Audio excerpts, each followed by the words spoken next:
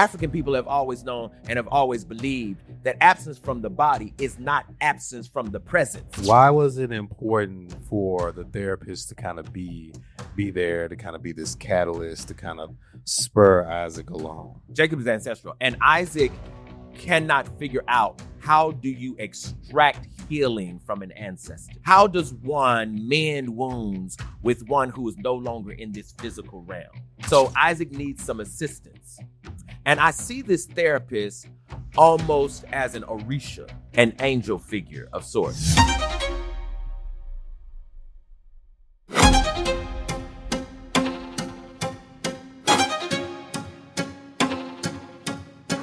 Don't treat somebody's heart carelessly. That most of us come from really, really, really divine, really, really marvelous, really, really amazing people who did wound us at times. That is absolutely true. It's absolutely true. But if you'll remember the wonder and the majesty of the people we came from, that wonder and majesty will do the healing. Oh, let me get situated. Hey, y'all, how y'all doing? What's going on? I know I usually say that my grandma said that I would be a pastor, but I actually brought a pastor with me this time. This is Pastor Jonathan Everett here. Yes. Pastor of Rock of Ages. Yes. Pastor of Rock of Ages Baptist Church. Yes. And now we have the person who you actually are here to see, Dr. Daniel Black, coming back from the back. Yes.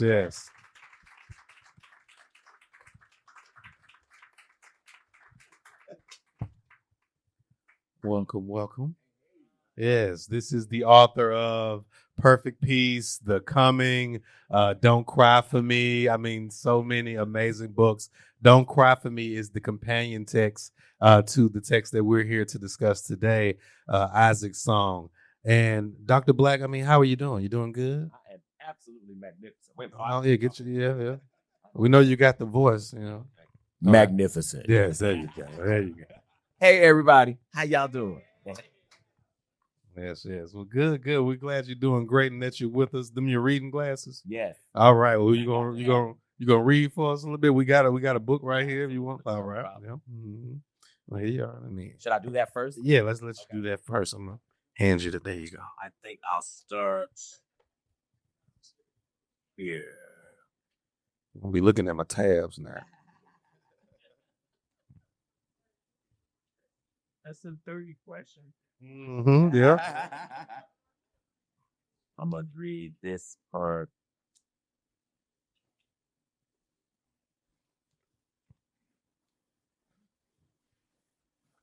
Weeks after my father died, I found myself in a therapist's office. I had lost 10 pounds and hardly slept at all. I couldn't focus or talk without choking up. My mother had died years earlier, and I thought nothing else could affect me. She was the person I adored, the one I thought I couldn't live without, not my father. But apparently that wasn't true. The therapist asked what my father meant to me, and I had no answer. Obviously, you love him, she said. Obviously? I was never sure. Well, you can be sure now, she said. Well, that's the thing. I can't figure out why I'm so emotional. My father and I weren't close. What does that have to do with love? She saw my confusion. You can feel deeply for someone, especially a parent, and be totally estranged from them. Being friends is not a requirement for having feelings. The heart decides who to love, not the head. I began to share the ways Daddy had wounded me. That might be true, she said, but it wouldn't keep you from loving him. That's what I want to know, what you feel about him, not what he did to you. We went back and forth, but she wouldn't let me blame him for my troubles. You're too smart for that, Isaac. You can't be imprisoned by your father's shortcomings. That's a cop-out. I had all the ingredients for success, she said. College degree, good job, strong history. We don't create our baggage, Isaac, but we can unpack it. Everyone has agency, whether they use it or not. Nothing has ever happened to you that's greater than the power within you. Blaming others is merely an excuse to avoid activating your own personal strength. It'll never work. No one cares to heal you as much as you need it because that's your job. How smart is it to get mad at a mountain? I've never forgotten that hypothetical question. It shifted my whole perspective.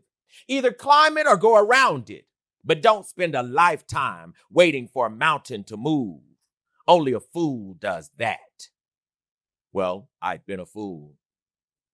I explained to her how hurtful my father had been, how his verbal and physical abuse had ruined my self-worth. She stared at me and said, "No, it didn't. Self-worth is just that, what you think of yourself. He might have shown you the shallow nature of his self-worth, but yours can only be shaped by you." I didn't agree. "Parents wound children all the time," I retorted, "then expect them to just get over it. But that hurt seeps deep down and settles in the soul. It's hell getting that out." She nodded. Yes, you're right. It is. But you have to get it out. Not your father, not anybody else. Only you can do that. But how do I do that? She leaned forward onto her desk and said, "Ask yourself this question. What did pain come to teach you?" Her blank stare dissolved my self-pity. Until you can answer that, you're lost. And the answer is not a critique of someone else's behavior. It's the discovery of what you stepped over or threw away on your journey, trying to protect yourself. I didn't like her right then. She yielded no room for my victimhood. Now she stood with complete authority and asked, "Did your father want to destroy you?" I rolled my eyes. Of course he didn't want to destroy me. I never said that. Then stop blaming him. Stop hiding behind his limitations.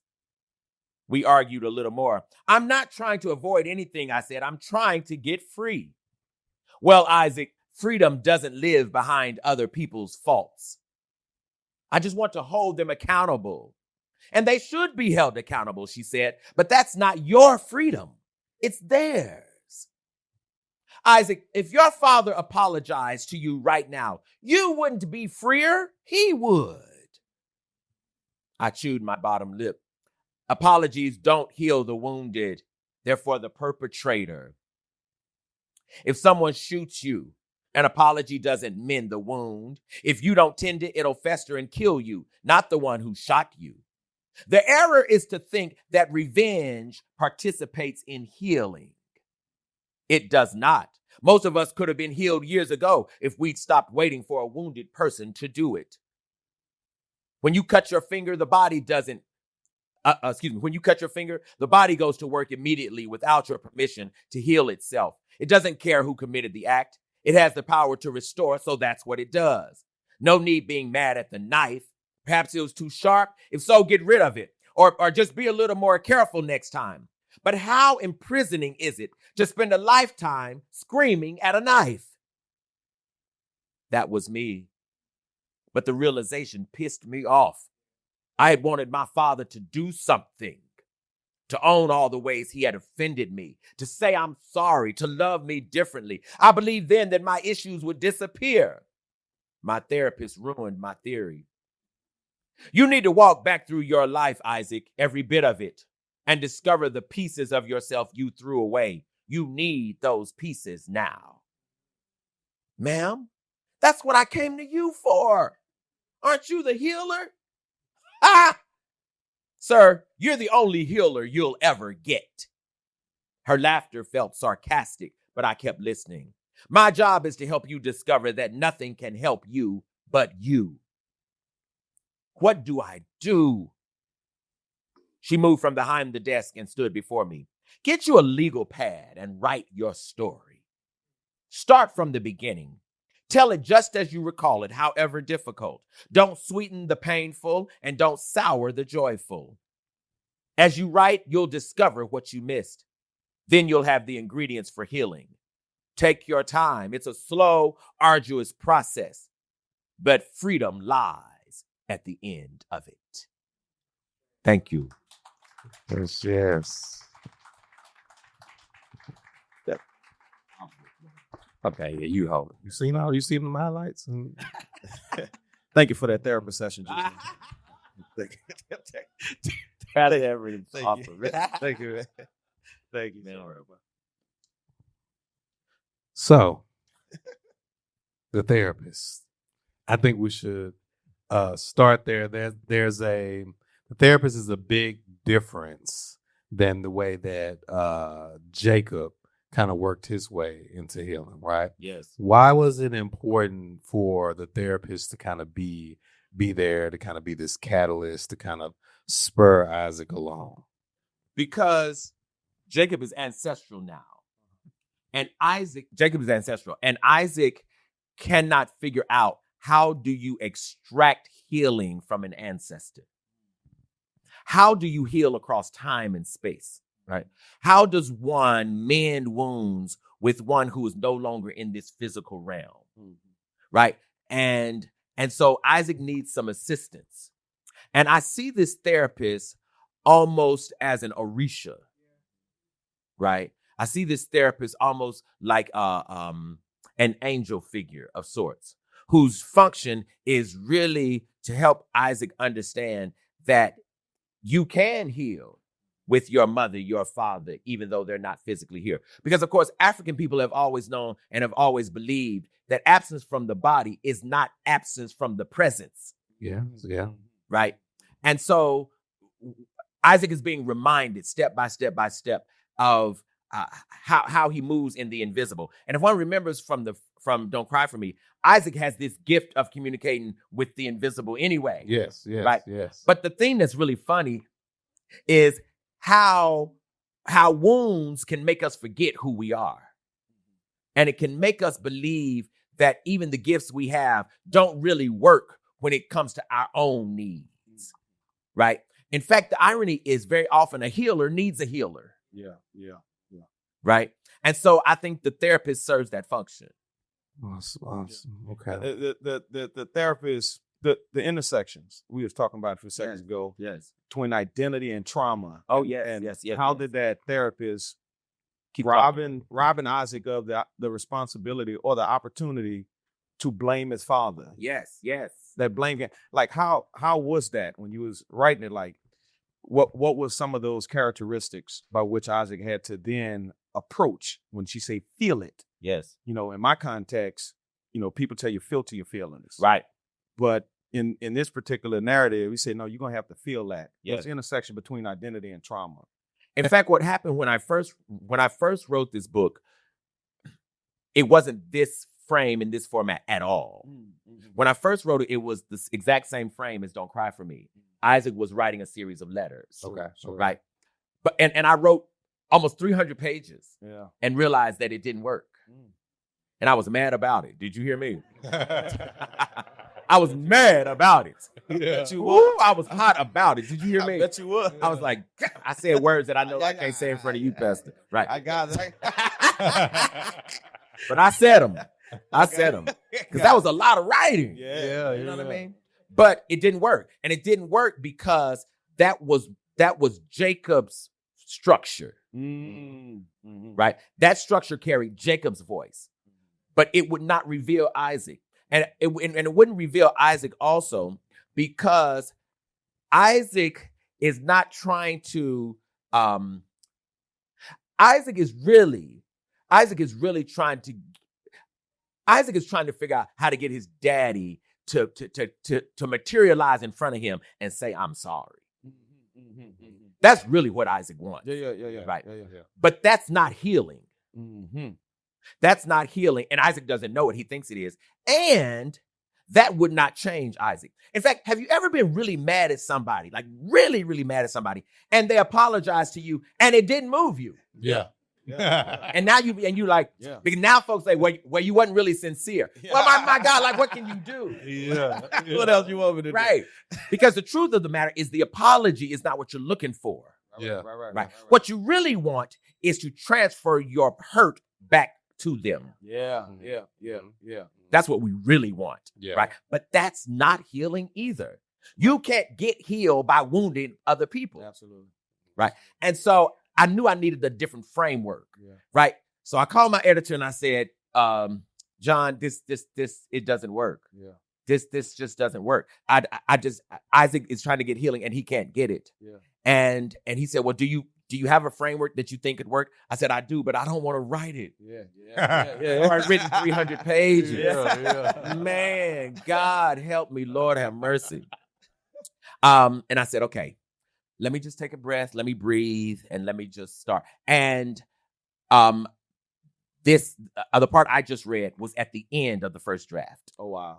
Wow. I said it's got to start there. Yeah. And when you talk about the fact that you had to write these 300 pages and they didn't work, and the fact that you had this framework that you knew would work, but you didn't want to quite go through it, there's a lot of similarities there between that and what Isaac is experiencing. Absolutely. Once Isaac gives himself to Absolutely. the process Yes. of healing that the therapist That's kind of right. sets in front of him.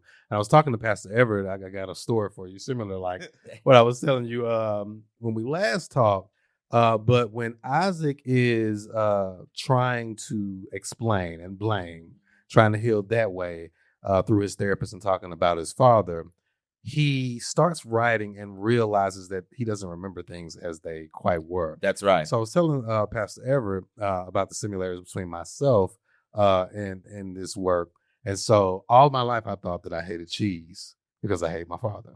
Right? I can't stand cheese. I can't touch it, et cetera, et cetera. Because your father hated cheese? Well, hold ride with me. Hold on. Okay. So, my father left at 2, right? And so he has these visitations. And so the story goes that he made me eat this cheese omelet at Hardee's. And I hate him, so now I hate cheese. Mm-hmm. All right, so fast forward about 30 years, I decided to go to this funeral. I think I was telling you about it when we was eating the French fries I was talking about. Right. Yeah, uh-huh.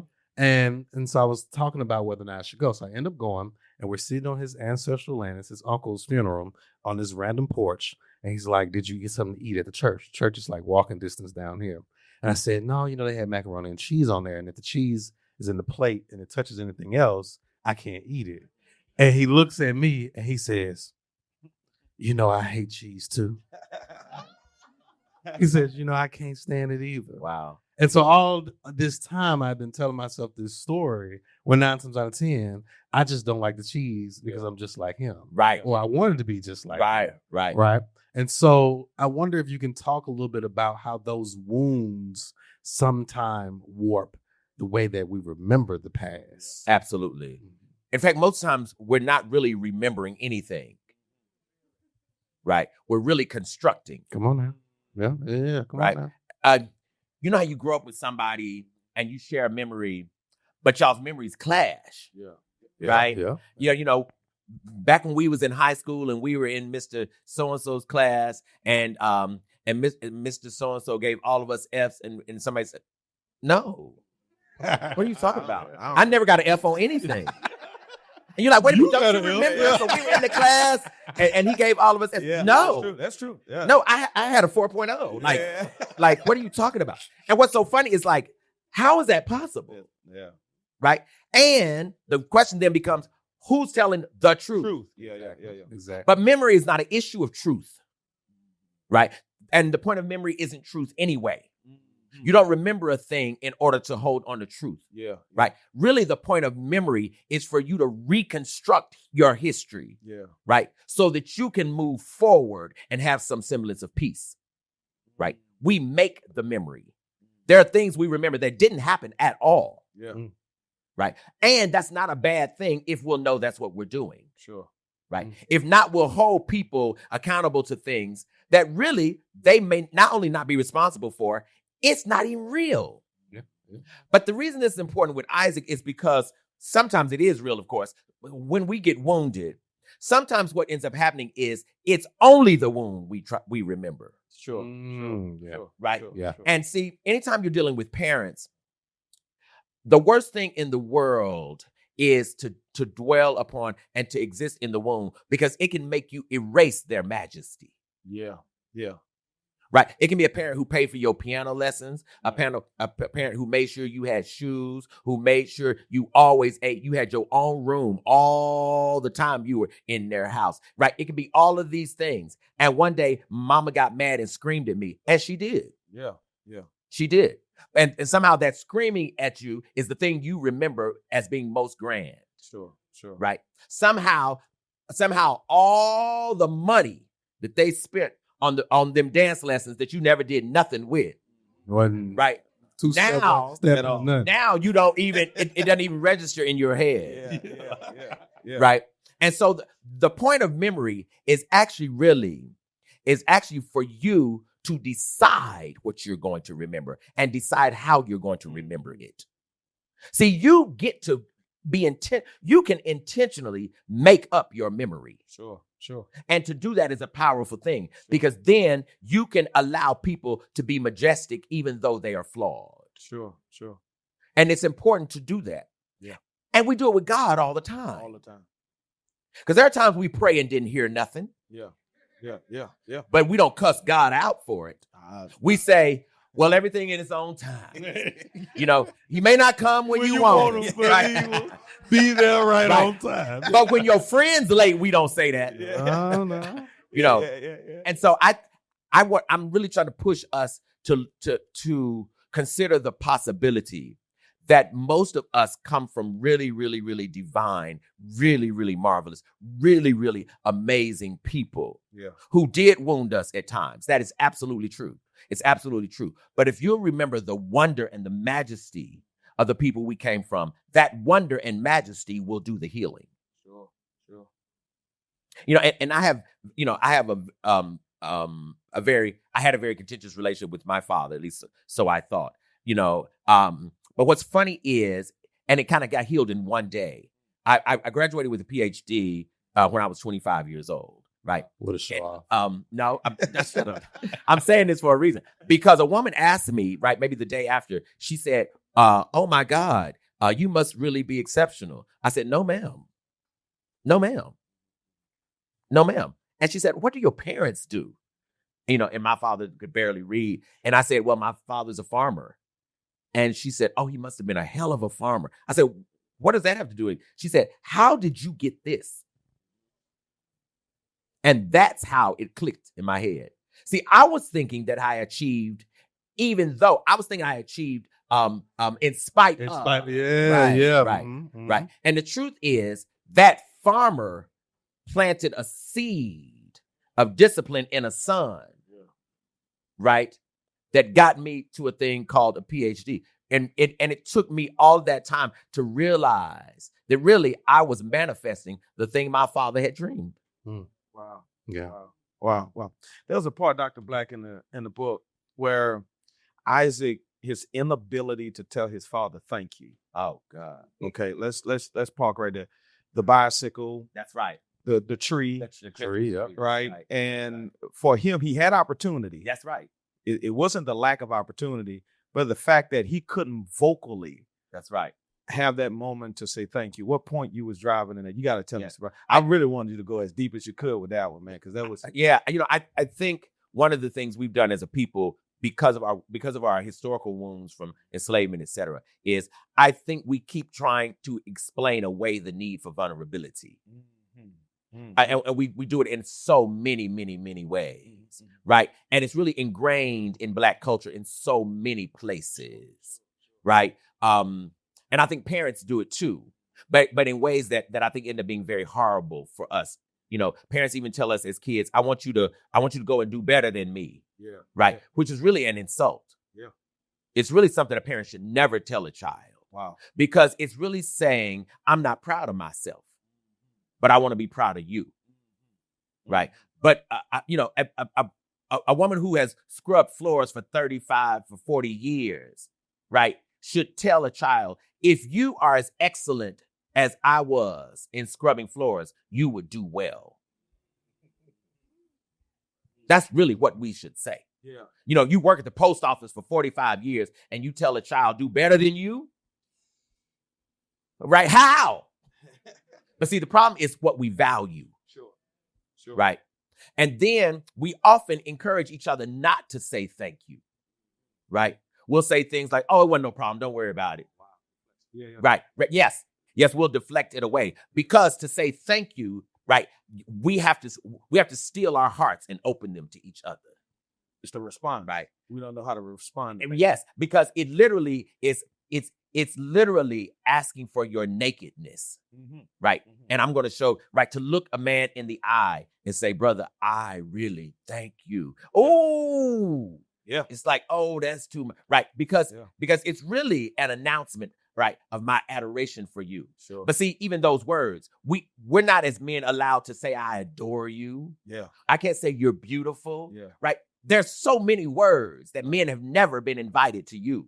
Yeah. Right. And those are the words that bar our vulnerability. Wow. Right. And so we substitute vulnerability, right, for I'm going to give you a pound instead. Yeah. Right. There are all these physicalities, right? There are all these violences, really, right, that we use. Right. We slap each other's back real hard. Right. Because I can't hold you tenderly. Right. Wow. And so I think it's a question of vulnerability and the ways in which as a culture, people really don't want Black men participating in vulnerability unless it's extreme. Like if your mama dies at the funeral, you could cry and make sense. For a couple of seconds, though. Yeah, you only get a minute. You can't fall out. One thug tear. You fall out. Solitary. That part of the book grabbed me because a couple of things. I met my father's now 14. Wow. Never said I love you. Wow. Buried him, all those type of things. Wow. And so that inability to say thank you, but also the underdeveloped response system. That's right. In defense of masculinity. That's right. To receive any gift. That's right. Anybody I dated, they couldn't buy me nothing for Christmas and nothing like that. Don't bring me no gifts. Because I didn't know how to say thank you. Wow. No, I don't want gifts. I tell them all the time, don't bring me no gifts. My mother, nobody buy me gifts because I don't know how to say, be vulnerable enough. That's right. To say thank you. That's right. Yeah. I tell everybody thank you now. Thank you. Yeah. Yeah. That's right. But it is learned. Yeah, no, I felt like, what is wrong with me that I don't want somebody to be kind to me in defense of a masculinity I haven't fully discovered, nor went to the depths of, to know that it's okay for people to be kind to me. Yes. And a masculinity that's prepared to kill you. Absolutely. Yeah. Right. Irregardless of your sexual preference. Because it makes me think about like Travis's response to him saying, that he's beautiful or he's like, no, just only call me kind. Don't make me out to be emotional when we're in this relationship. And speaking of the thanks thing and the excellence thing, I was wondering if you could dive a little bit more into that relationship, like you said, with Black men, and like you said, your inability to say thank you, because I think about the way that Isaac kind of reconciles things in the end when he's thinking about all of these things that kind of stripped away the access to vulnerability for all of the men in his lineage almost, right? And I think about just another conversation I saw you have where you were talking about like women are allowed that certain level of vulnerability, but it's killed so early in men. Absolutely. Like women will say, girl, go to the bathroom with me. And men, bro, you want to run to the bathroom? You know what I mean? and we don't really have you got to use the bathroom? You got to use it? Nah, you go first. I'll wait till you come back. That's right. You don't have you don't have access to that, right? And so both these men had like blockages. Absolutely. When it came to expressing how they felt about each other. Yes. And needed these technologies to kind of work themselves through it. So I guess my question, I think it's the fear of touch. Yeah. And I think it's the way in which Black men, we have never ever been given permission an invitation has never been extended to Black men to touch each other unless it is in violence. Right? Like you're my brother, right? Mm-hmm. I can't hold your hand just because you're wonderful. Or I haven't seen you in a while. I'm like, hey, man, good to see you. And I just hold your hand for him. No, we can greet and pound, but then you got to let go. Yeah. Right? It's a metaphor. You see what I'm saying? Mm-hmm. Like which means the touch can never, ever be extended. Right? And that's extremely, extremely, extremely important because to say thank you, the hearts are trying to touch. Mm-hmm. Right? Sure. But we're not allowed to do that. Or like your hair, which I thought was beautiful. Like, really, of course, I can do it because it's me and you, right? But really, technically, a man is not supposed to say, oh, my God, that's just, wow. Man, see. It feels wonderful. Right. But see, most brothers not only cannot do that, right, but would feel so awkward in doing that. But what it means is then when we need to touch, right, our touch does not carry power the way it ought to because it's not infused with the ashe of the people because we fear it. Yeah, we're scared of it. But if you cross me, I can fight you. Yeah. Right. Yeah. And really, I argue there are ways that we as I'm way out on the limb, but there are ways that a lot of times black men, especially young brothers, really create excuses to fight so they can touch. Yeah. Because what I was getting at was like, how do we transmute anything like male to male, if not through violence? Yes. Right. So like, if not through violence, I would think it's usefulness, right? Because I think about, Jacob's last words, which was essentially, tell them I tried. Tell them I tried. Lord have mercy. You know what I mean? Yes, and yes. so a man kind of attaches his worth to his usefulness. Yeah. Can you talk a little bit about, I think that for all of the men in the story, because I even think Isaac is looking to understand his usefulness because he's grappling with whether or not he can even use his gift properly. Yes. Yeah. So can you talk a little bit about, like the men's relationship with usefulness in the text? Yes. And I think this is really the crux of the matter. And that is until a person can be clear about their utility on this planet, a person's soul is at absolute dis-ease. Right. And Isaac is one of them, but Jacob is one too. See, we keep trying to figure out how we can get worth out of work. Right. Does that make sense, y'all? Yeah. Right. That's Right. good. How what I do can be the value of who I am. Yeah. That's not it.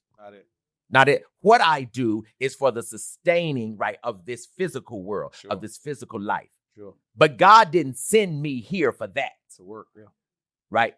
The thing God sent me here to do, right, is a spiritual thing, right? That until I find it, that work is not going to satisfy, but I can keep doing the work over and over and over and over and over and over to hope, right? But there will always be a disrest, an unrest in the spirit, Yeah. right? Because there's even a difference between a person who teaches school and somebody who has the gift to do it, Yeah. Yeah. right? And too many people don't have the gift, but they have the occupation, Yeah. Come on now. right? Come on now. And if you ever see a person who has and teaching is an occupation. Sure. Inspiration is a gift. Sure. Yeah. Right. If you ever get an inspirer who also teaches, it'll blow your mind. Yeah. It'll blow your mind. Yeah. It'll absolutely. But most people don't have that. Yeah. Right. And so what we're trying to do is trying to figure out how my job, right, can be the thing for Fulfill, which, yeah. can fulfill me. It'll never do it. Yeah. It'll absolutely until you find that gift. Yeah. Right. And that gift is, what is it you would do, right, if not another person on this planet existed? Yeah. Yeah. Right. And even somebody who is an inspirer will inspire the trees in the forest. Sure. Sure. See, it doesn't have to be a person. Sure. Yeah. Right. They just go. And so Jacob's thing, I worked 45 years at the post office. Isaac, come on, what you doing? And Isaac's problem is he's now working at Microsoft. Right. But Isaac is really a writer. Sure. Right. And of course he ends up discovering this, but he's absolutely miserable until he does, because he's also thinking, well, writers don't make no money. Right. Yeah. But the worst thing in the world as you're looking for destiny is to think about money. Yeah. Because you don't follow money to destiny. You follow destiny to money. Absolutely. Right. Absolutely. So that if you're in your destiny, the money you need will follow you. Do you know what my destiny is? I'm trying. Trying to get to that money. Trying to get to that money. I'm trying to get to the money, brother. Listen, absolutely. Dr. Black, Isaac, leave the bicycle on the front lawn. Oh man. Come inside. Dad asks him, what a bicycle? Then he makes him go stand in that rain. Stand in the rain with it. And he says, he taught me a lesson. And he thought he was taught, like in this storyline, you talk about how we can miss some of those signals too. Yes. From those lessons from our parents. Yes. Whether or not they embrace our sexuality versus trying to build something else within us. Right. Can you just talk about that for a little bit? Because I think that is vitally important, especially when you mentioned how the mother was wearing unfulfilled dreams and all those different types of Absolutely. Yeah. And see, we have lots and lots and lots of cultural ways that we teach children lessons, but sometimes the children miss them because we're trying to teach in such subtle, indirect ways, because to say some things directly would expose us as parents. You gotta stay right there. Stay right there. That's right there, cold-blooded. Yeah. Stay right there. It's like, how many of us, you went to bed, but all the dishes weren't washed. Yeah. Right. And so what's got to happen. Yeah. Right. Yeah. A record. What's got to happen. Yeah. Right. Now, what's interesting is it's always typically done in a way that's reprimanding. Right. Get your ass up out that bed and come here. Yeah. You're not going to take your behind us. You're not going to leave no dirty dishes in my sink. Yeah. Right.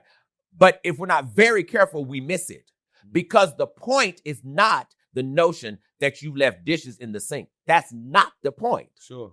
See, we're teaching the behavior as if the behavior is the lesson.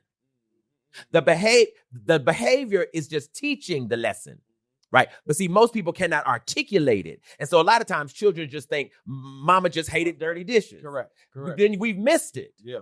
That's not the issue. The lesson is, do not, my child, find peace. Don't find peace in a thing incomplete. Yeah. That's the lesson. Yeah. But see, if a child doesn't understand that, I just got in trouble because I didn't wash the dishes. You see what I'm saying? Yeah. Right. And again, the lesson has to be taught, which is why, we came from people who had a thing called Proverbs. Yeah. African people had Proverbs, and they had Proverbs for this reason. Because if a child is not careful in a child's immaturity, a child can miss the levels and the magnitude of the lesson itself. Absolutely. Right. So when Jacob tells Isaac, you go outside and stand in the rain with that bicycle. Yep. I bought that bicycle and I told you to put that in the garage. You didn't put it in the garage. Fine. It's raining now. You stand your ass out there with that bicycle. Yeah. See, what Isaac got out of it is, my daddy is mean. My daddy don't love me, right? He don't even care if I'm sick. You stand right. at that door too. He stood at that door. You're not going to bring your behind back in here until it's rain stops, right? Yeah. But that wasn't the lesson. That wasn't the Ooh, God help me. Yeah. That wasn't the lesson. Yeah. The lesson is, don't treat somebody's heart carelessly. Because I heard him talk about disrespect. It was his heart. Yeah. He was saying, my heart deserves to be honored because you don't know what I had to go through to get that bicycle for you. Yeah. So, son, you can't step on my heart like that and think that's all right and just go to bed. Yeah. But Isaac didn't get that. But Jacob didn't teach that. But he thought he did by just sending him into the rain. Yeah. Right. See, so often we think that reprimanding, right, teaches a lesson. Reprimanding doesn't teach the lesson. Reprimanding just sets up the situation whereby the lesson could be taught if you'll step into vulnerability and do it. Wow. And I brought that up because that's a huge disconnect. It is. Between those lessons by which trying to be conveyed by people who have limited capacity. That's right. Limited capacity. Right? Absolutely. To really help that person understand it. And I know it in so many different ways, right? They tell me the parent only can give you what they have, right? Or what they had. And so trying to understand those dynamics, those intergenerational harmonies by which we need in order for the kid to really appreciate it. I think the appreciation is more of what I was getting out of that. To your point, not to handle what I had to work hard for so carelessly. Right. And if Jacob had any capacity whereby to say that, it would have changed Isaac's life. It would have changed his life. Again, Black people, we do. If we sit down to eat, right, it can be Thanksgiving or it can be a bowl of beans. We got to bless this food. Yeah. But most children can't tell you why. They can do the ritual, but they can't tell you why. But most parents can't either. Yeah. And see, Isaac's job as one who's had a chance to go to school. And really, this is really, Pastor, what our ancestors were dreaming education would do. Teach the children how to explain the nuances of the magic of blackness. Yes. But since we went to school and we were taught by the same white supremacists who enslaved them, right? They didn't teach us the nuances of blackness. They taught us the genius of whiteness. Yeah. We can explain that. Yeah. I was wanting you to tell us a little bit more about the nuances of blackness. But I was thinking, I mean, you went there, right? I did. Is that the work of education, right? Because there's so as we know, absolutely. See, when you know, and I get excited about this, right? I told him that's how we know when we got you. Yeah. You already, yeah. Go ahead. When Harriet Tubman was running to freedom, right? She wasn't running to freedom with the hopes that we would drive Cadillacs. See, that wasn't the hope of education. When Frederick Douglass was writing by moonlight, it wasn't with the prayer that we'd move into the master's house. That was not their dream of education. Their dream of education is that their children would get and that they would understand the magic of the genius of what it has meant to be African in a place where people were meant to destroy African. Yeah. That we would see how they survived and that we would want to do that, right? And not just survive, but that we would want to live, right? It makes me think of back in the day, back in the 70s and 80s, black choirs used to march in, right? Yeah. Right. Anybody remember this? When we was just back there, I was like, this is just if you were in the choir, you had your robe and you had to march in rhythm. That rhythm had to be, come on now. Right. That rhythm had to be right. It got to be shoulders. It's got to be right. It's got to be right. I know. And just because you get to them steps, don't you mess that up. The rhythm of the march. You got to march up them steps and keep that. It's in sync with the tapping of the heels. That's right. But see, the job of education was for black people to be able to explain why. Because see, white folks can have a whole at a church and not even have a choir. Yeah. I've always listened to Joel Osteen's church. I said he should have a badass choir. All the people in that church. Yes. There would be a 1,000-voice choir where they just holler in there. And I said, they ain't got no choir at all. What kind of church? And all these people? Black people can have 7 people and 3 of them in the choir. 5. But why do we have to have a choir? Right. See, God. Well, I want you to go. I knew this was going to be easy when they said just have a conversation. Why do we have to have a choir? Because black people are doing ritual. And one of the requirements of ritual is music. You must have music if you're going to have ritual because music conjures spirit. Well, now. And why was the black choir marching in? Because the black choir was marching in because we were preparing for ceremony. We were preparing for a great coronation. Why? Because we were coming to see a king. Right? This is very, very important. It wasn't just for the hell of it. Right? There was a thing we call order of service. Right? Because when you go before somebody with that much majesty, you don't play with it. Right? This is why black kids, you couldn't even walk across the pulpit.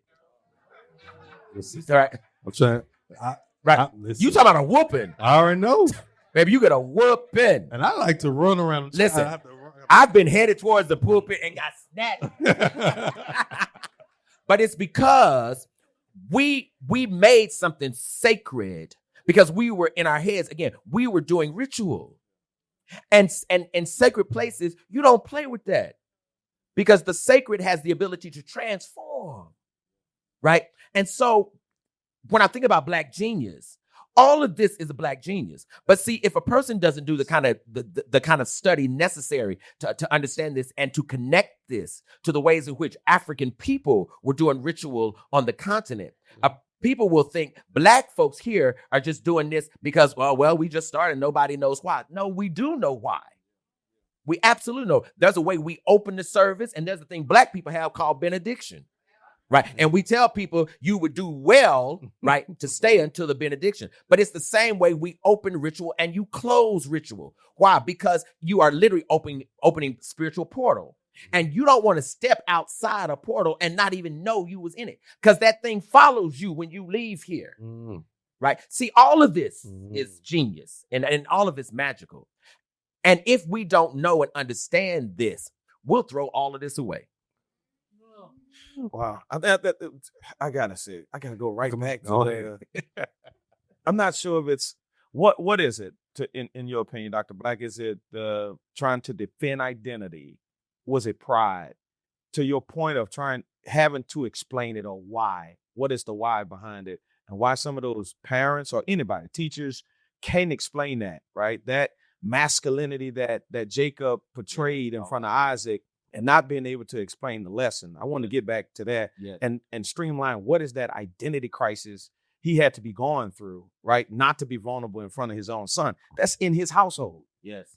I'm going to just say what I think. Yeah. I believe that the root of that is that when we left the plantation, most people, especially Black men, we left with the hopes that the white man's manhood would one day be ours. Because that looked like power. That looked like influence. Is that the lesson of Isadore's story? I think so. Absolutely. That's the lesson of Isadore's story. Absolutely. Come on now. That looked like telling people what to do. Sure. Right? That looked like access to things. Sure. Right? But white male manhood, white male patriarchy was first committed to Black destruction. The fact that Black men have embraced in many instances that masculinity, it's still committed to Black destruction. Sure. Right? Sure. Which is one of the reasons it has been so incredibly difficult for us to sustain relationships, to sustain homes, etc. Because yes, people want mates, but they don't want a master. Right? And the dream has been who gets to be the master the next time. Right? Our dream should really be the destruction of the master-slave narrative, period. Not the dream of my turn. Which is why he said a slave had a free son, raised a free son. That's right. Yeah, and I think about like even in Isadore's story, you know, when they killed 7 white men. That's right. They rejoiced. Isaac is rejoicing hearing the story. Yes. He's excited. He's like, yes, we stood up. Absolutely. Only to find that, I mean, they're better at that, at this destruction. Absolutely. You know what I mean? Absolutely. They have more, they just spent more time with it. So when they show up and they say, oh, you didn't get your Christmas gift, it's like a realization, like you said, of the kind of masculinity we try to buy into. Right. Yeah. Right. Yeah. But as you're saying, Pastor, one of the things I think is powerful is that Isaac actually introduces Jacob to another form of manhood. And this has been some of the struggle with us as a people in this society. Too many young boys, like, if they don't do masculinity, if they don't do manhood the way we've traditionally known it, what they don't know is what's the other option? Sure. What's the other thing I can be Yeah. that Black people applaud, that Black women desire? What's the other thing? Yeah. Right. For most brothers, they think, oh, it's the other thing is if you're gay. Sure. Right. But if a person's not gay, right, but I don't want to be patriarchal, right, then what's the thing I can be? Right. And see, the problem is, as Black men, is we haven't given an answer. Yeah. We don't know. We even make Jesus patriarchal. Yeah. Right. In order that we can praise him. Sure. Right. Let me leave that. Listen. Go ahead.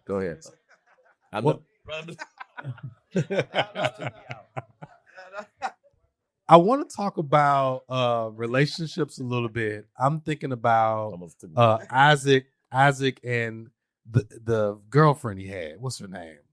The one that was his soulmate, but not. Yes.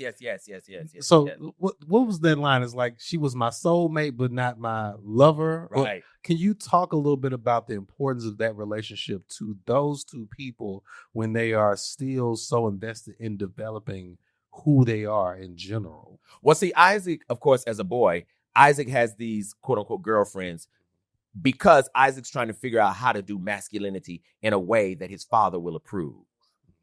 Right. The problem with this, though, is it requires the abuse of women. Right? Our form of masculinity requires the abuse of women. Right? And Isaac realizes that, and he's like, I don't like this. This is not who I am. But there's no other form, because if he's with a little boy, right, his daddy is not going to approve. See, so part of the problem is it's like, well, then what do you do, right? If being who I am, my father abhors, the people abhor, they even tell me God abhors, right? But then I'm with girls, and really that's not what I want, right? So what do? You force yourself upon them, right? You try to make it so, because I'm trying to make myself be what it seems like the people applaud, right? And Isaac absolutely does this, right? He goes from one girl to the next girl to the next girl to the next girl. And we're like, Isaac, what are you doing? What he's doing is trying to get into the kingdom, right? That's what he's doing, right? I tell folks, it's kind of like the ways in which people think of like how God used Mary, right? Who didn't necessarily agree to do anything, but seemingly she was blessed just because she was chosen. But that's because a man told his story. Yeah. Right? I don't know any woman who would feel blessed to wake up pregnant. I know I'm out on the limb. I know I'm on the limb. I know I'm on the limb. And I know right I done fell off. But what's funny is if you think of it in terms of construct, it works. Sure. Yeah. Right? This notion of, and we say, Hail Mary, blessed are you, right. But nowhere in the text is Mary's agency in the conversation. There's no, Mary's nowhere in this conversation. But we keep calling, oh, how blessed you are, how blessed, and it's like, whoa. What?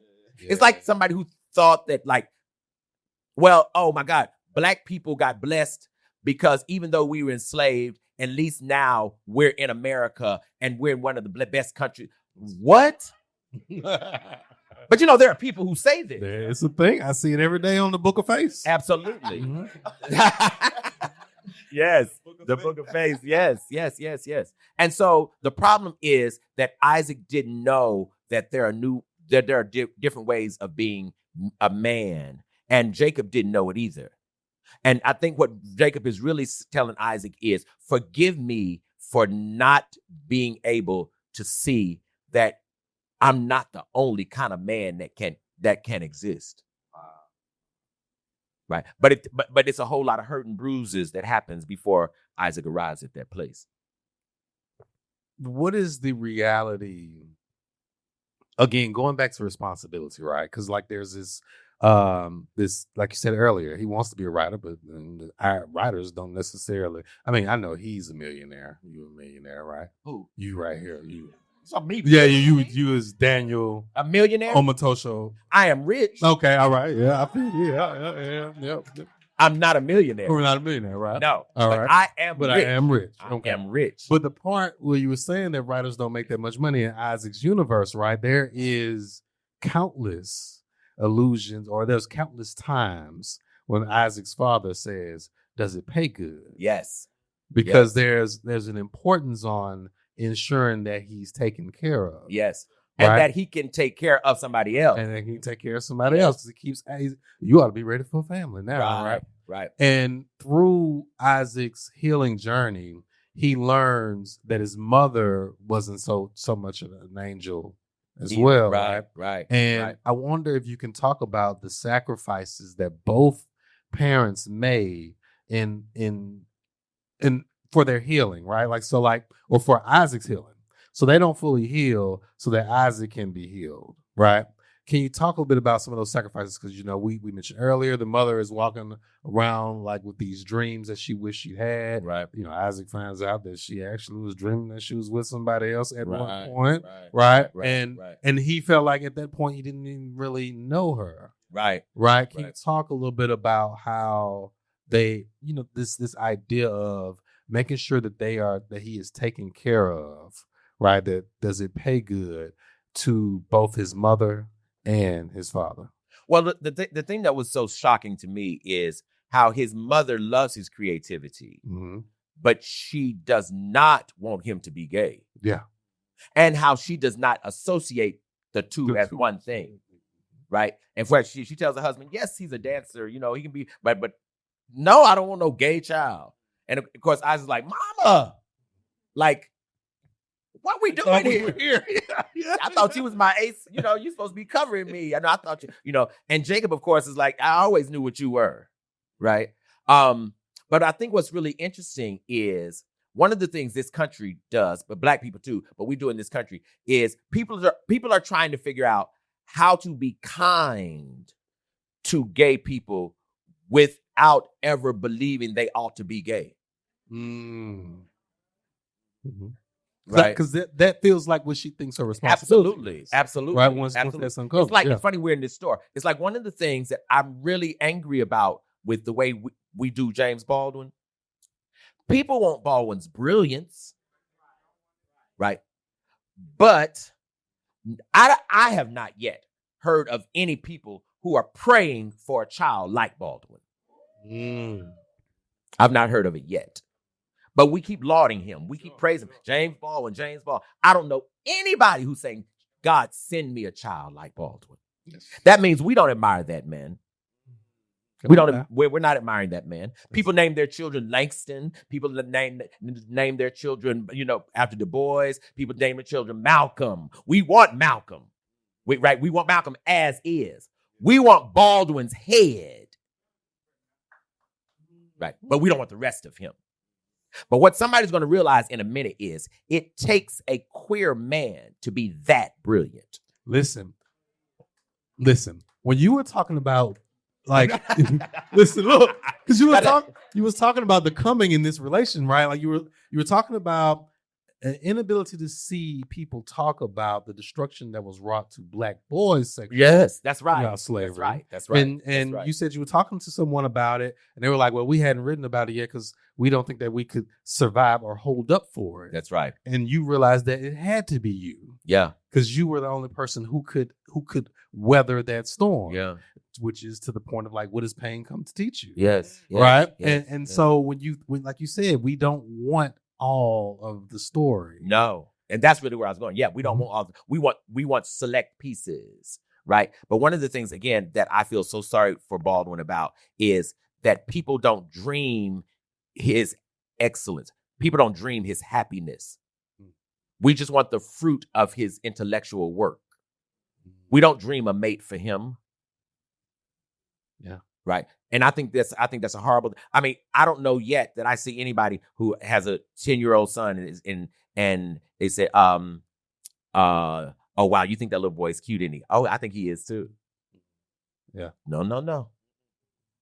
We say, well, you know, we're going to let him develop in his own time. And I'm going to pray to God that, you know, he gets, you know, that God covers him. What we're really saying, right, is, you know, he's going to start looking at some girls here in a minute. It's coming around. Right. But the problem is that we keep bifurcating individuals. Right. We keep trying to choose which parts of them we want. Right. But when you're talking about freedom and deliverance, and when you're talking about liberty, you can't take a piece of liberty. Right. Either you're going to be free or you're going to be enslaved. Right. A little bit of slavery is slavery. Yeah. Right. And so I think in this book, what Jacob realizes later is that he birthed his own savior, but he didn't know it because he never believed that a savior could come in that form. Sure. Right. Which metaphorically means if we're not careful, you know, we keep getting Jesus over and over and over and over and sending Jesus back.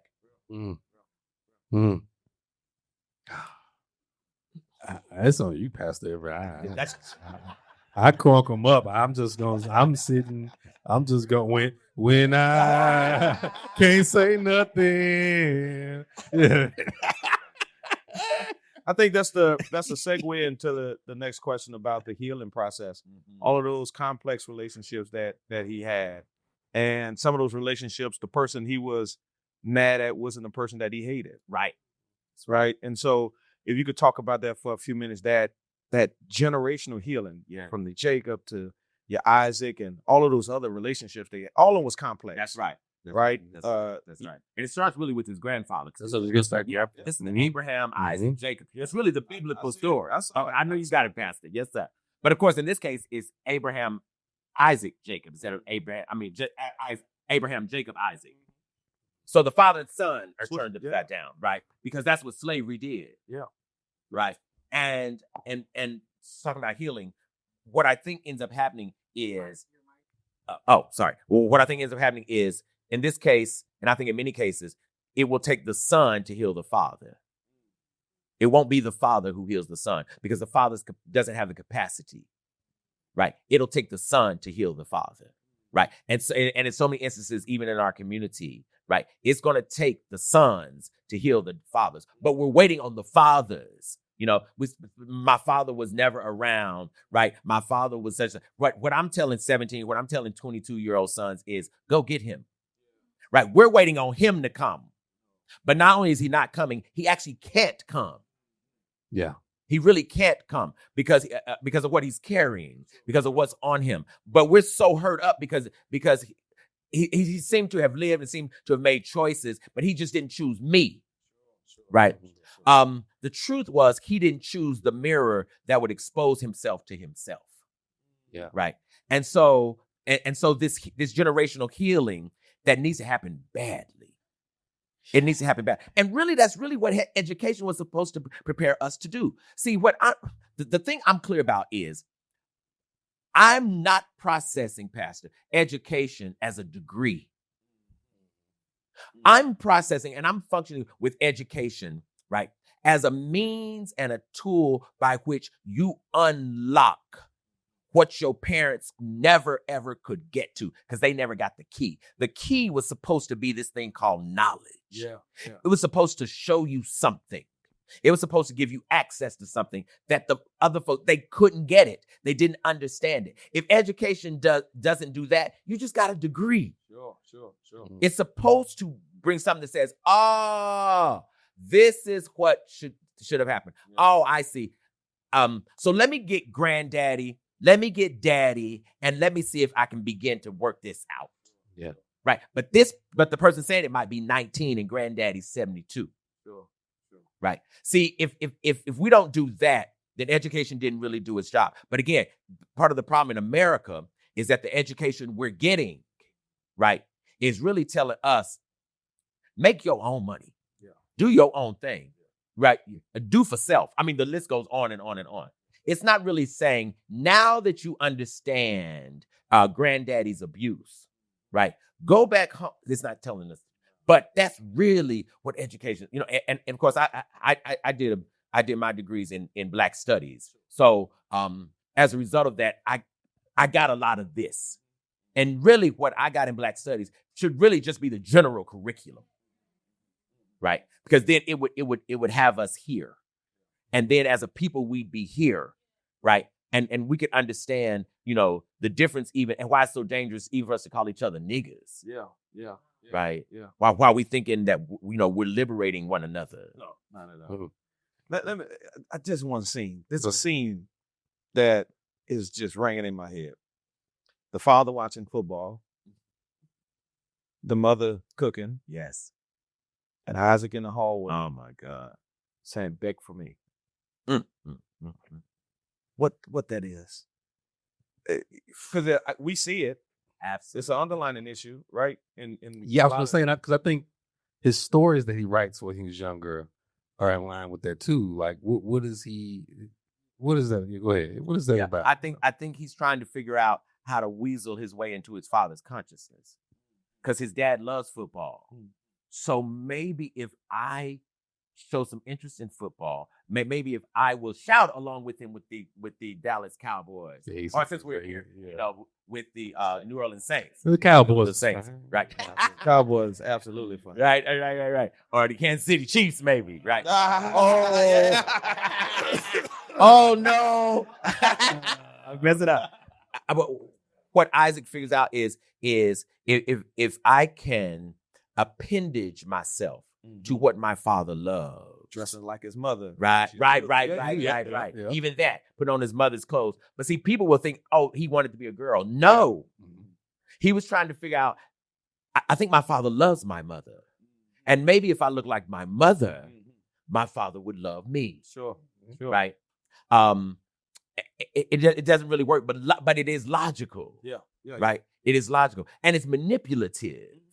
Right? But it's manipulative it's manipulation of the desperate. Sure. Right? Sure. And certainly Isaac is that. And of course, Isaac ain't really studying nothing about football, really. No, he don't even like it. No.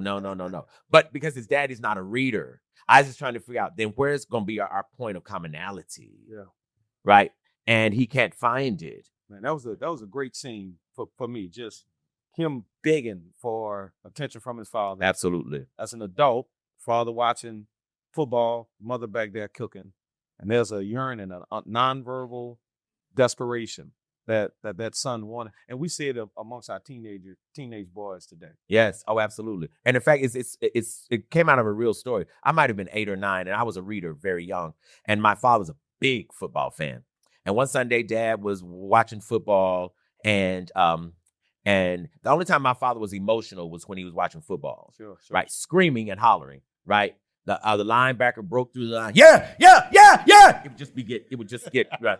It was really, really, really intense. I just thought it was electrifying how this just excited my father. Right. So I decided I was going to watch this football with him. Right. So I did it for weeks and weeks. I learned all the football teams. I could say their names. I knew that this was back in the 80s. This was Tony Dorsett time and Drew Pearson and blah, blah, blah, blah, blah. Right. And it impressed my father. Right. That I knew these football players' names and I could identify every team by their helmet. Right. Oh, my father was like, oh shit, boy. Yeah. And until here's where I messed up badly. I said, Dad, when one person hits another so hard that he knocks the wind out of him, how is that excellent? Daddy said, you should do something else.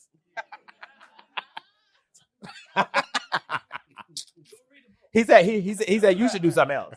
So I said, oh well, I guess I done messed that up now. Yes. So, So, and Don't Cry for Me, we got, his father's history. And there's a scene, I believe Adam goes to the father's house and the father sees Adam and Adam is, ravished by AIDS. And that's right. And it was, Isaac's story tells this story of his relationship with his times. Yes. Why was it important to share his story as a Black queer man and his relationship with AIDS and have his father come face to face with it? What's kind of happening there? I think that was absolutely vital. And I think it was vital because one of the things that this contemporary generation has done, and rightly so, and I mean by 90s, 2000s, et cetera, is we have asked a generation of people who were born in the 30s and 40s, we've asked them, right, in many instances, to celebrate this way of being without ever asking the extent to which they either knew or even understood it. Yeah. Right. I mean, this 70-year-old man, right, who sees this ravaged boy. I mean, he weighs probably 90 pounds. He has these boils all over him, right? One of the things that I think that's very, very important that Isaac totally misses is the father's fear is Isaac will look like that. Because all Jacob knows is, right, this is what happens to gay people, right? And part of the crime of that in the Black community is we cannot figure out the utility of gayness in a community. I'm not even sure we've asked the question of why we need queerness in a community. I don't mean why it's there. That's not the question. The question is spiritually, what do the people miss by not having That's it? why you wrote this here. To all the LGBTQ folks whose parents didn't recognize the gift we did. Because really, in his movements, Jesus is very queer-like. We make Jesus heteronormative because we can't praise him otherwise. Mm-hmm. Right? But Jesus's movements, never had no wife, no kid. According to people, no sex, right. In today's day, that would be called gay. Right. At least they would assume in the barbershop. But because we can't see, but because we can't see that as divine, right? We just make Jesus extra holy. Right. But what I'm really suggesting is that in a community, you need married people, you need single people. People just don't know why. It's like if James Baldwin lived on your block, you don't know why you need him. All these kids running up and down the street, and Baldwin lives right there, and we don't know why we need Baldwin. Shame on the people. That's tough. Shame on the people. That's tough. That's insane. But that's exactly what has happened. Yes. We're going to move to Q&A, but I have something that I need of y'all desperately. Did y'all get those beautiful bookmarks? Did y'all get those beautiful bookmarks? Did y'all get the bookmarks? Let me see. They look like this. Y'all seen these right here? Y'all seen that? Mm-hmm. Okay. We're going. Bookmarks are coming. They coming. Okay. I was supposed to mention this. Why do I have so many bookmarks? That's not up for debate or okay. Pass some of these around right here. Yeah. Yeah, honey, pass these around. And what I need you to do is scan the QR code and subscribe to their YouTube page so that you can watch this back. Because it was a sermon. I'm seeing the Spirit's feel. I'm seeing the Spirit's feel, right? So you'll be able to watch this back and all the other amazing author chats that we've had if you would just subscribe. Here, it costs you nothing. So go ahead and scan this and subscribe to the Baldwin & Co. YouTube channel so that you can see this chat, all the other chats, and the Baldwin & Co. podcast that's coming out as well. Please handle that. Tell a friend to tell a friend. All right, and now we'll open the floor for a Q&A. Yes, thank you. Oh, thank y'all so much. Thank you. And these brothers are just divine. I love both of y'all. Thank you. I love you. For the Q&A, we ask that you stand, get straight to that question, so we can give room for the answer to be related right back to you. All right. I am from Joliet, Illinois, just outside of Taconic, and I came out in 1991 after being born in Memphis after 20 days after Dr. King was murdered, and have lived in 8 different states around this country. And my question relates to, obviously, I have not read the book, but the curiosity about, for me, growing up and swimming just outside of the realities that you framed in our discussion. Yes. Grew up in a Black Catholic, Black Baptist, and my sister's I'm a Unitarian Universalist minister. My sister is AME Zion. Okay. And just now nieces are out under the living experience. Married, my one niece is 35, and she married her wife and came out to her mom on Facebook. Mom popped off her Facebook. So I'm curious about, like, you've navigated some of the Chicago, just the title of it, about being queer in Black. Right. Chicago in the 80s. Would you highlight some without my not having read it? Yes. The first thing I want to say is I'm very interested in, I want to say this very clearly.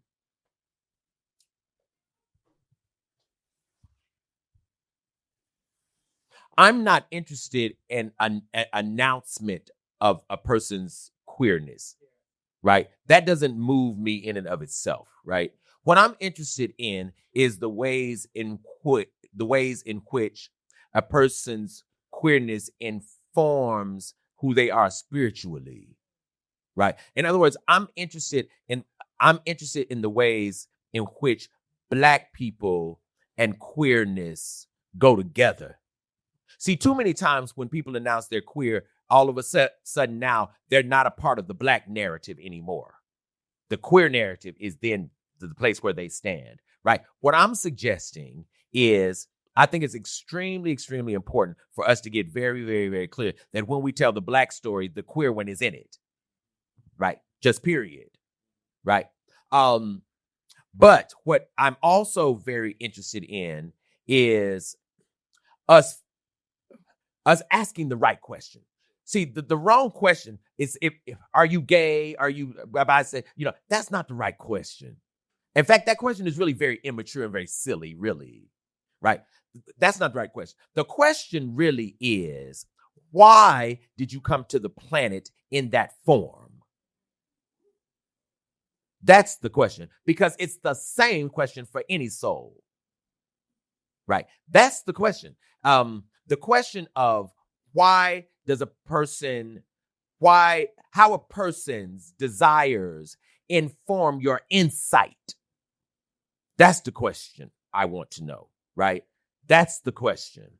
And in this book, that's what I'm trying to wrestle with. And that's what I'm trying to get us as readers to wrestle with, right? The fact that Isaac is gay is a descriptor for me, right? If that makes sense. Yeah, it's a descriptor. It's not after the second page, it won't move you anymore because it's a descriptor. What is supposed to move us is how Jacob births queerness as much as he hates it. But why would he have to birth it? Because queerness is going to be part of his salvation, right? As soon as he recognizes it. Yeah. Yes, sir. Yeah, it was like you was rapping right there, Dr. Black. You was like, yeah. Hey,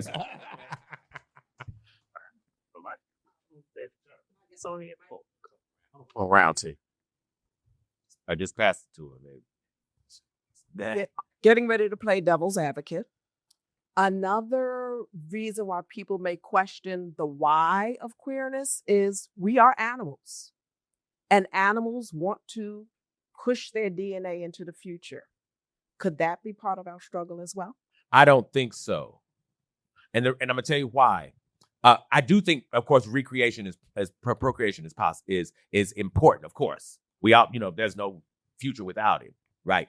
But the thing that I think is extremely important for us when we start dealing with that is some people are sent, all of us are sent to the planet to procreate. Just all of us are not sent to procreate humans.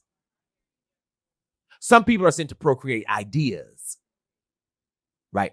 A community with no ideas is going to die sooner than a community full of children, right? Some of us were sent here to create art, so the rest of us would not forget who we are. Because see, if procreation was that important, Jesus would have had to have at least one child. But Jesus did procreate something, but it wasn't a person. Yes. Yeah. There's a question over here, right here. All right. Hello. Hi. How are you? Good. So, obviously, you're a big advocate for James Baldwin. And I was wondering how could organizations that build on his history advocate for queerness and, align with the principles that James Baldwin maintained during his lifetime? My question is probably going to shock you. I don't know that we need to advocate for queerness. I'm not sure we need to. I do think that we need to follow Baldwin. How? Right. But I think we follow Baldwin, right? Number one, I think we follow Baldwin by getting ourselves to the place, right, where when we find sons like him, we glory in it. Right now, we don't, right? We glory in smart kids. But see, Baldwin wasn't simply smart, right? It's a lot of smart people, right? What I think we do is we advocate for spiritual transformation, right? And I think Baldwin would be included in it. See, I don't need a special category for Baldwin. I need people to be clear, right, why Baldwin stands at the center of our intellectual trope as a people, right? Because it's not just gay people who need Baldwin. Heterosexual people need Baldwin too. See, that's the thing, right? But we've got to be very, very clear, right, that you need the totality of Baldwin's insight, right? It's like the reason Black people live on the margin. We have been pressed to the margins in America. I think all of us know this. But that's really why we are so excellent in so many things. Because the margin, when a person lives on the margins, you must live far more excellently. You must live far more carefully because one foot in the wrong direction and you go over. which means actually being on the margins has been the thing that birthed our excellence, which means let's give people back the center. We keep begging for the center, but ain't nothing happening at the center. It's the margins where the excitement is going on, right? Because that's where people have to be careful about their existence. So the thing I would say, number one, is let's absolutely look for and beg for some more sons like Baldwin to come. That's the first thing. The second thing that I think is important for us to do in terms of Baldwin, right, is for people actually to read him. Yes. People laud Baldwin, but they ain't ready. Ain't real please, yeah.